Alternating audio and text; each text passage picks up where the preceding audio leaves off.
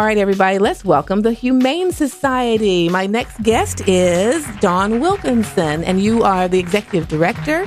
Yes, that is correct. Yes, it's wonderful to have you here. And we're going to talk a little bit about your mission and how people can help the Humane Society.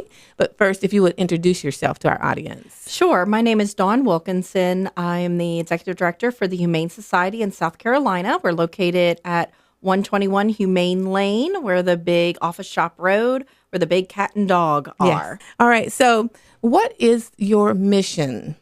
So the mission of the Humane Society is to end animal cruelty and neglect and overpopulation. Okay.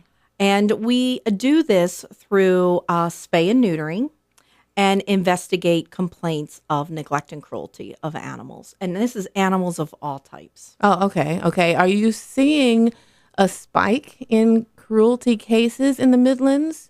So I have to kind of, this is all new to me. I'm relatively new to the Humane Society. I came from Chicago. Okay. The Windy City. Welcome. The Windy City. So in Chicago, there was about one animal organization per county. So when I took this position and was coming down here to beautiful Columbia, I quickly realized that their animal overpopulation issue is much, much larger than what it is in the north. Okay. And that is due to several reasons. One of them being it gets very, very cold in Chicago, as if some of you have been there, you would know.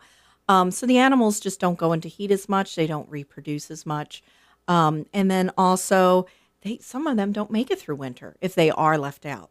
That is not the case in South Carolina. In South Carolina, they are able to stay outside year-round for the most part. And they do go into heat a little more often and reproduce.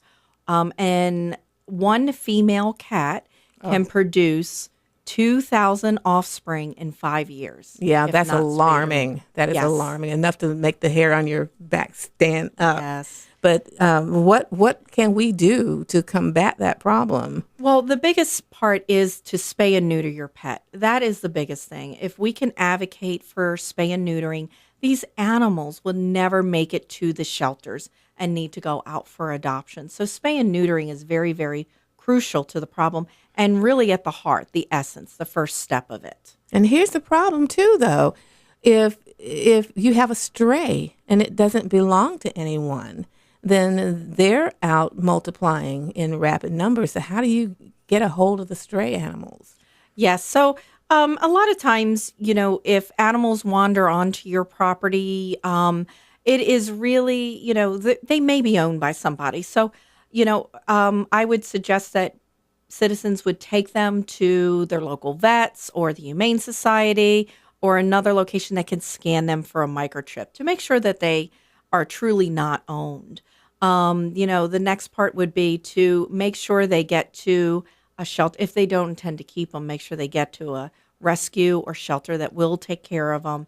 Once they get there, they will be spayed and neutered prior to being adopted back out. Talk about volunteer opportunities, if you would.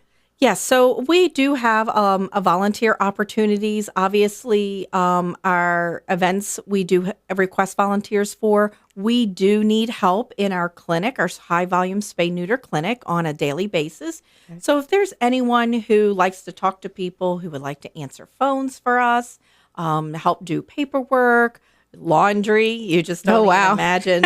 I mean, that's always, we always very, very much appreciate any of that help. Okay. A big part of our mission and what we want to do is we want to educate.